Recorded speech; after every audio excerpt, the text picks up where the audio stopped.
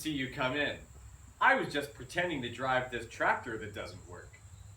But you know what broken tractors are good for? Tractor push-ups!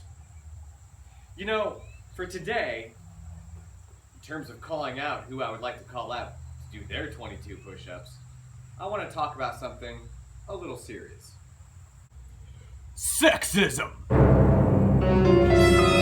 But seriously, sexism isn't sexy.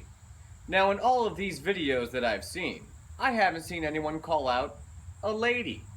Yet ladies are in the military, ladies suffer from PTSD, ladies can do push-ups. So today, I'm calling out probably the fittest lady I know, Jennifer Potter.